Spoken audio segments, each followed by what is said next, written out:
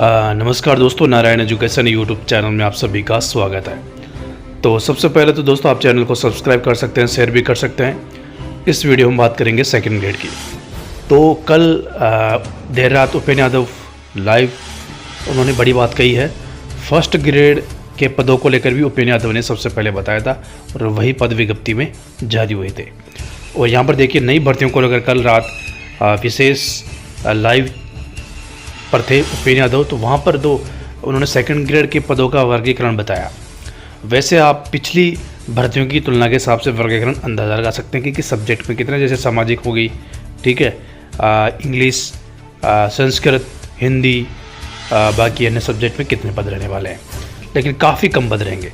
तो बड़ी बात दोस्तों ये है कि उपेन्द्र यादव के हिसाब से, और एकदम सही आंकड़ा है, उपेन्द्र यादव ने कहा कि वित्तीय स्वीकृति मिलेगी, क्योंकि उपेन्द्र यादव सरकार में पार्टी में है, प्रत्यक्ष रह चुके हैं, ठीक है।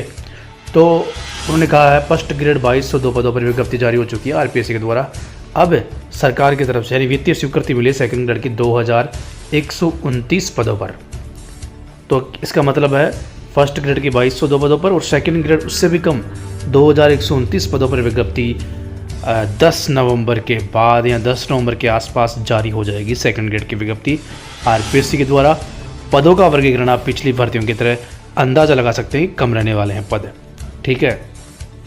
ज़्यादा से ज़्यादा 500 से ऊपर पद नहीं जाने वाले सिंगल सब्जेक्ट के।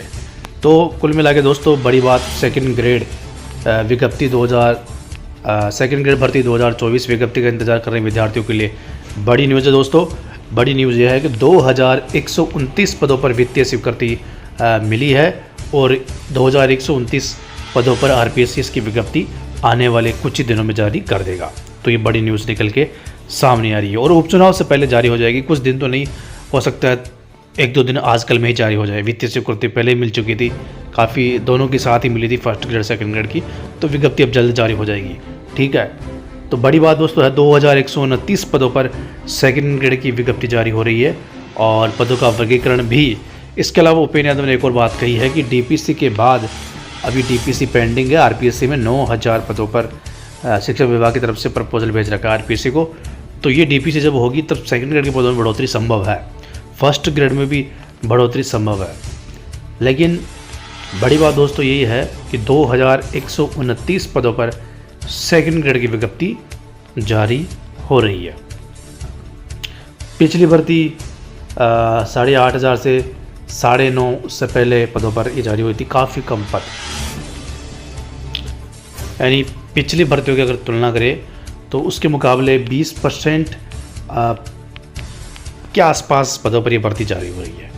यानी -80% पद आपकी बात पिछली भर्तियों की तुलना में देखें तो लगभग 20% ही पदों पर विज्ञप्ति जारी हो रही है सेकंड ग्रेड की। तो ये बड़ी न्यूज़ निकल के सामने आ रही है। इसके अलावा खाली पदों की बात करें तो यहाँ पर देखो रीट की भी विज्ञप्ति 30,000 पदों के आसपास जारी हो रही है। और मुझे लगता है कि जो वैसे थर्ड ग्रेड की शिक्षक भर्ती होती है, लेकिन पात्रता परीक्षा में आपको पदों की बात सरकार बता सकती है 30,000 पदों पर, ठीक है।